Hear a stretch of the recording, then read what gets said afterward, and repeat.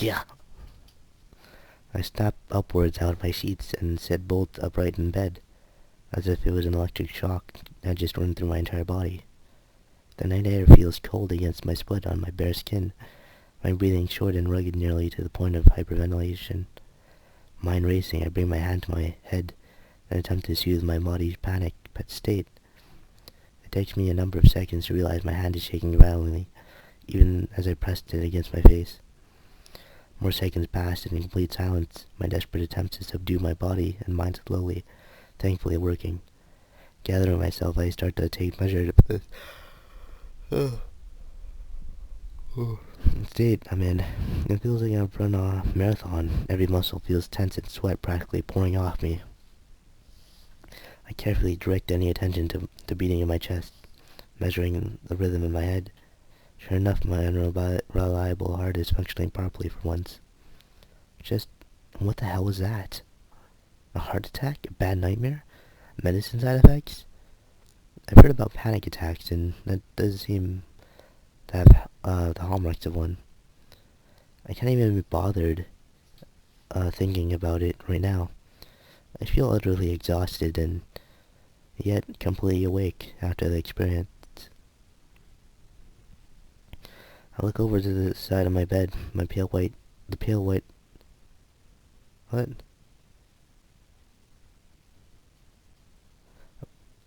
What? I look over to the other side of my bed, the pale white of the silent figure's face almost glowing in the nighttime darkness of the room. Just the sight of her is enough to calm me down significantly. Wait, what? What? Wait, what? What? What happened? What? I'm completely lost. Her graceful demeanor persists even while she's asleep. Her perfectly measured breathing and gentle face making it impossible to tell whether she's awake or truly sleeping. Giving into the temptation, I delicately run my fingertips over her hand.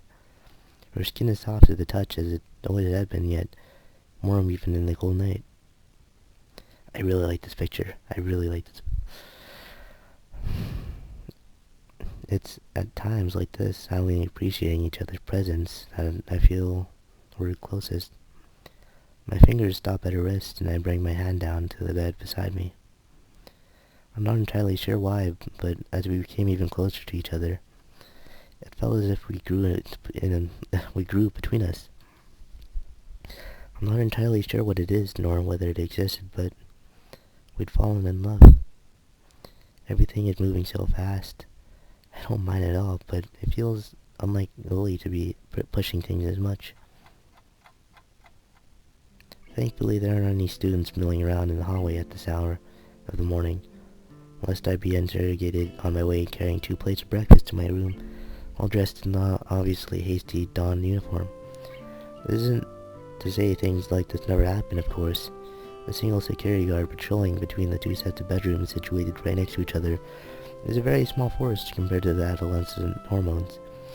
Come to think of it, the fact that it's Monday morning probably helps. I'm not really sure why, but Mondays seem to bother me less than they do most others. It takes a little creative use of my hands and elbows to eventually manage to work the door to my dormitory room open. Stepping inside, I see Lily just getting up from the bed and entirely rubbing her eyes. She looked a mess, but just like most of other times I've seen her after she wakes, she really isn't a morning person. Sorry, I didn't mean to wake you. She loudly shakes her head, the morning light illuminating her makes her a very pleasant sight. It's okay, I needn't to get up anyway. What time is it? I put my plate down on my desk and turn the clock around to check the time. Still early. Don't worry, there's plenty of time left before school. She sits on the side of the bed and begins to sniff the air. As she does so, I quickly move her plate away to put it on the desk beside me. Alright, I think obviously they did the deed again. They had sex, I guess, after the date.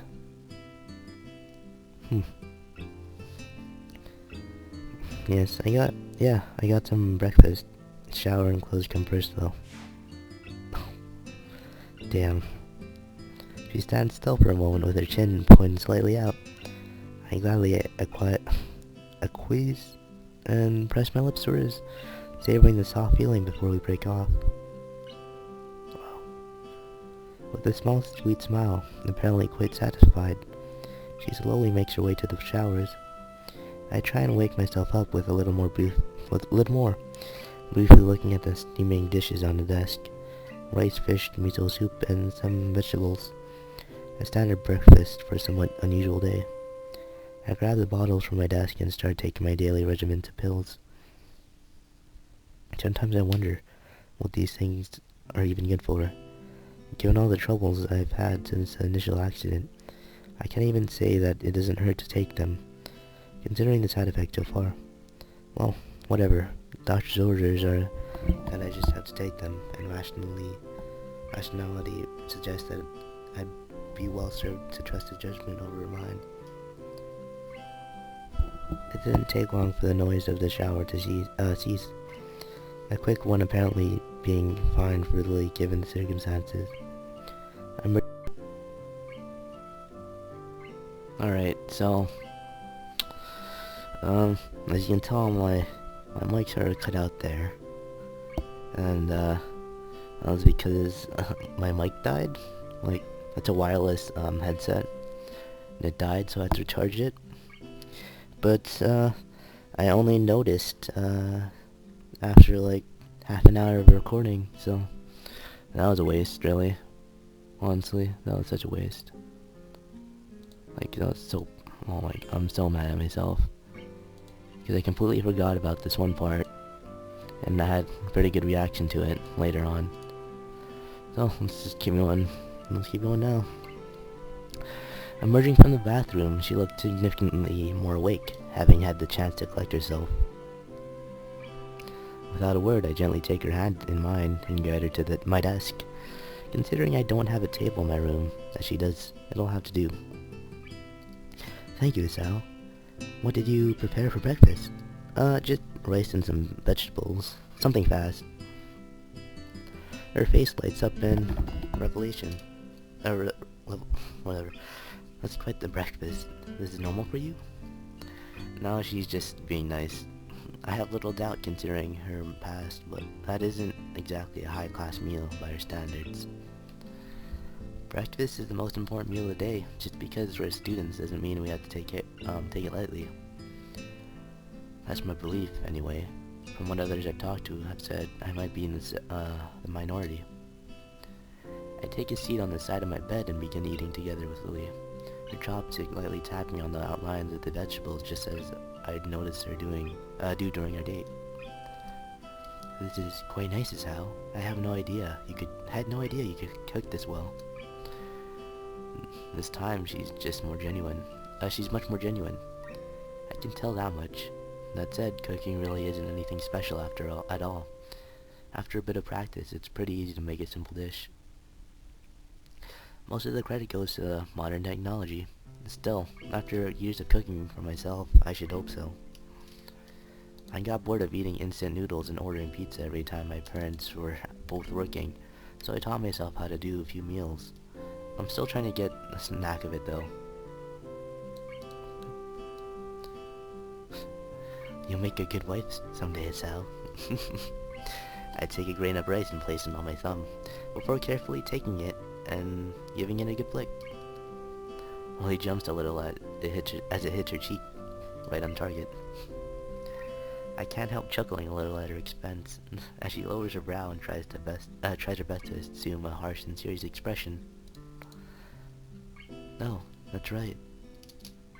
What is it?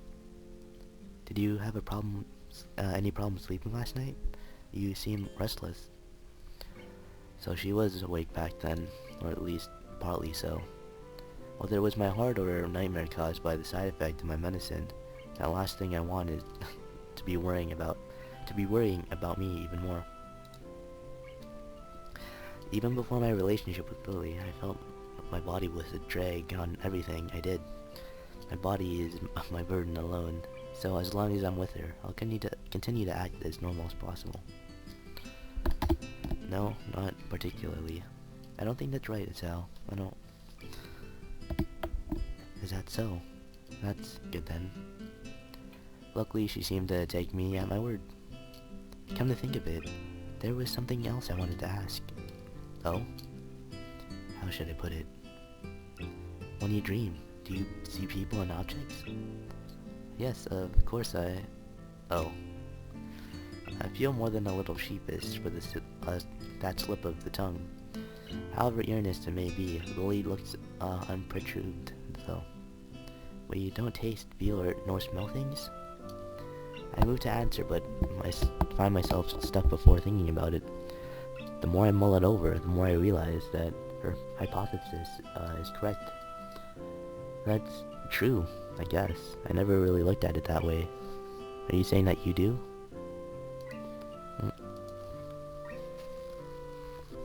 For the most part, I only hear in dreams, but yes, sometimes I touch and smell things as well. I'm just asking this since Akira thought it was very strange that I did when I brought it up with her. If you don't either, then maybe it's due to my blindness. That would make sense. You rely on your other senses more than me, so maybe that affects your dreams as well.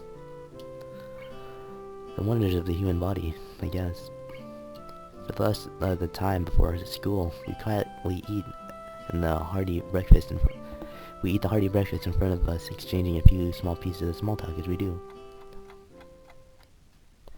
A quick peek out of the dormitory assures nobody's looking directly at the entrance for the boys' dormitory, so we walk out with the path clear. The weather's good today. I stretch as Lily and I make our way outside, the bright morning sun beaming down on us. By now, a few students can be seen doing the same, making their way to the main school building either from the dormitories or through the main gate. It does feel nice and warm. Our hands linked and our cane tapping to the ground, we begin an earnest they say that a lot. A trip to school building to join the chatting throngs of students around us. This would be the last day of exams, no? Yeah. How are you going them? Fairly well, all things considered. You seem a bit stressed by them, though. Is it that obvious? I don't think it's just exams, though. A lot of stuff has been happening in a short amount of time, and I'm not doing that well in this humanities subject. You're doing well in science, though, aren't you? Well, it'd be hard not to do well in science for me. Come to think of it, didn't you say before that you weren't very good at science and maths? She suddenly looked very sheepish and remarked, no doubt hitting home. Lily's sense of pride really can be double-edged sword.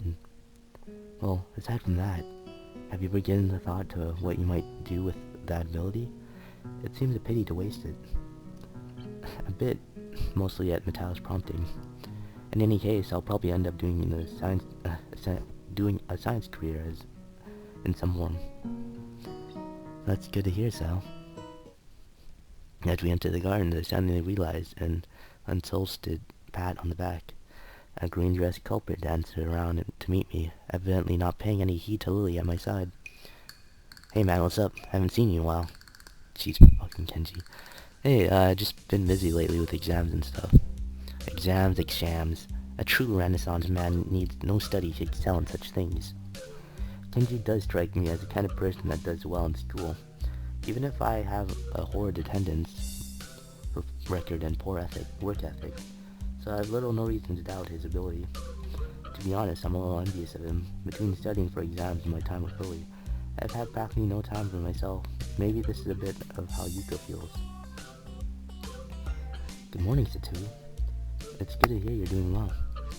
It feels slightly odd seeing Lily speaking so formally. She comes to address me more casually over the months, though I have seen her speak more formally to classmates from time to time as well. Some people never change, I guess. Not that I say her calm and polite manner is a good bad thing. It was one of the reasons I like being around her to begin with, after all. Kenji seems to take a moment to work out who's beside me, and probably hasn't noticed us holding hands either. I wonder if those glasses of his actually do anything. Oh hey Lily, good luck on your exams too. I'll see you after school then, man. The slight edge of his voice makes me think those words are meant to be an imperative rather than a casual farewell. I guess I'll have to smooth things over later. Sure. See ya. Kenji nods curtly. He moves to pass by us, but he's too busy glaring in Lily's general direction to take notice of her cane. Before I can try to react and save the situation, Kenji trips and reflectively reaches out for a handhold. Unfortunately, that handhold turns out to be Lily's arm. Whoa, both fall in the ground in a sprawling heap with me left feeling rather helpless. Damn, are you two okay? Kenji quickly rises back up, seemingly unfazed by that accident. No problem, man, no problem. There's nothing my body can take much more abuse. Lily lies face down on the grass. She doesn't look hard by the incident, more startled than anything. I move closer to offer her my help. Are you alright, Lily? Takes a towel? Kenji offers her a hand, intently touching hers to let her know what he's doing. He says some obvious things sometimes, but I do think he may be a genuinely good person at heart. I imagine he feels pretty bad about this. To his surprise, and mine though, Lily pounds on the ground with her fist without warning. Damn it! Jesus. Oh my god, what? Kenji freezes, entirely caught by surprise at her outburst. I'm just as shocked she never acted like this before, not even around Shizune. Oh my god. Jeez. Oh. Seemingly how now, remembering that there are people around her, Lily slowly climbs to her feet. Her face as she does so makes me retreat a little. Oh my god. Look how mad. Oh my. I only catch a glimpse of her expression before she turns away, but it's not something I'll forget soon. She showed plenty of annoyance during class with Shizune, but the flash of anger was something else. There's no way that this is just about the petty incident. She pauses for a moment before sighing and walking on ahead. I really don't know what to make of this. I'll talk to you later, dude. See you. Yeah, see ya. Kenji scratches the back of his head trying to find something to say, then shrugs and walks away, giving us a wide berth. I quickly catch up to Lily. She turns her head to catch a little to acknowledge my presence, but nothing else. I should probably scold her for lashing out like this, but I also don't want to get into a shouting match with her. She's still obviously annoyed. In the end, I keep my mouth shut and wait for her to cool off. After a quiet walk, we eventually reach the top of the 3rd floor and stairs and the junction where we part every day. I turn to Lily before she leaves. While I do the comfortable and warm silence,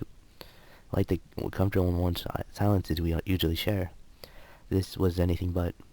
I want to leave things like this. You seem quieter than usual recently.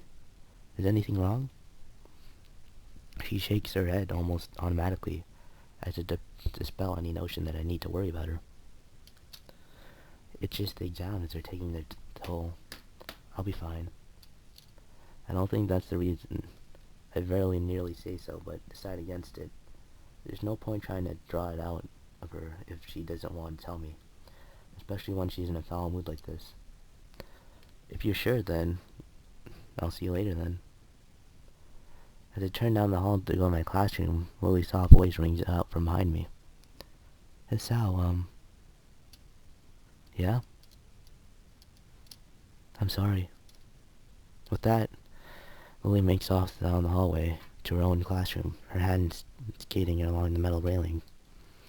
I stand still and watch her until she turns into her classroom out of sight, before going to my own class with a fair measure of reluctance. As usual, I'm early. Mattel is fiddling with folders and papers on his desk as he prepares for the day, while a handful of students mill about, chatting away. But my feeling about Lily had dissipated. Far from it, her mention of an exam performance did remind me that I have my own life's journey to attend to. Sorry about that. After thinking about it, I have realized that I do genuinely want to pursue science in some form as a career, rather than it simply being the path of at least resistance. Until now, though, I didn't have much of an idea of where in the fields I wanted to go. Just the science. It's a pretty broad category of jobs. Something Lily mentioned earlier focused my thoughts. Something I'd like to idly ponder about before I'm not seriously considered following this specific path. I walk up to Matao's desk, his attention too focused on preparing for the day's lesson to notice my approach. It's the same every day. Good morning. He looks up with an expression of mild surprise that's quickly replaced by his typical awkward smile. Good morning, Akai. How can I help you? Do you mind if I ask you something? He looks down at his messy pile of books on the desk before putting down the papers in his hand and standing up with some difficulty to properly address me. That's what I'm here for, after all. Ask away. I was just wondering, what would you say is the motivation behind teaching? He thinks on the question for a few moments before responding, evidently far from having a prepared answer. If you talk to 10 different teachers, they'll think you'll get 10 different answers to that question. While I can only speak for myself, I'd say that I teach because... He sinks into thought again, carefully assessing the way he wishes to present his idea. Think of it this way. When you were a child, you probably played with sticks and pebbles and moving water, such as gutters or puddles, right? Yeah, I think a lot of people do that when they're young. Well, it's not just when they're young for some, though it does take another form. My point is, though, that when it's doing that, they're curious about how the water will flow or be changed. Everyone, even at a young age, possesses an intense wonderment about how the world around them works, even in the smallest forms. I still feel safe that the sense of wonderment about the universe, even just reading about new discoveries or classic experiments, gives me a renewed sense of awe at how marvelous everything is, from farthest stars to the smallest puddle. I just hope that I can get others even a small piece of that wonderment. I feel if I can do that, even if it's just for one person, I think I can be happy as a teacher. He scratches his head as he mentally reviews what he said. I feel like I understand him better now. Even if he's awkward around others, he does have a genuine want to be around them and offer them a piece of himself that he values. What Lily told me yesterday rings in my ears. I think you get well on with others. Huh. She did say I was unusually curious. Sorry if this was a little meandering. Does it answer your question? It does, thank you. Also have another question, actually. Oh, what might that be? Do you have any college brochures or guides? It's about time I start getting some applications in. He nods and bends down to look inside his desk. As he does so, I notice that he has wearing a remarkably genuine smile. I don't think I've ever really seen him act this natural around others. Perhaps this isn't Matao the teacher, but rather Matao the person. Here, if you need any more, feel free to ask. He hands me about half a dozen brochures and booklets on various colors and sizes, which I take eagerly. Yes, it will be the information which I'll use to forge on my own future. I think now, after all the time and all these trials, I can finally start to see the big picture of my life ahead of me. My body may be like this, but my mind is still very much able. Thank you.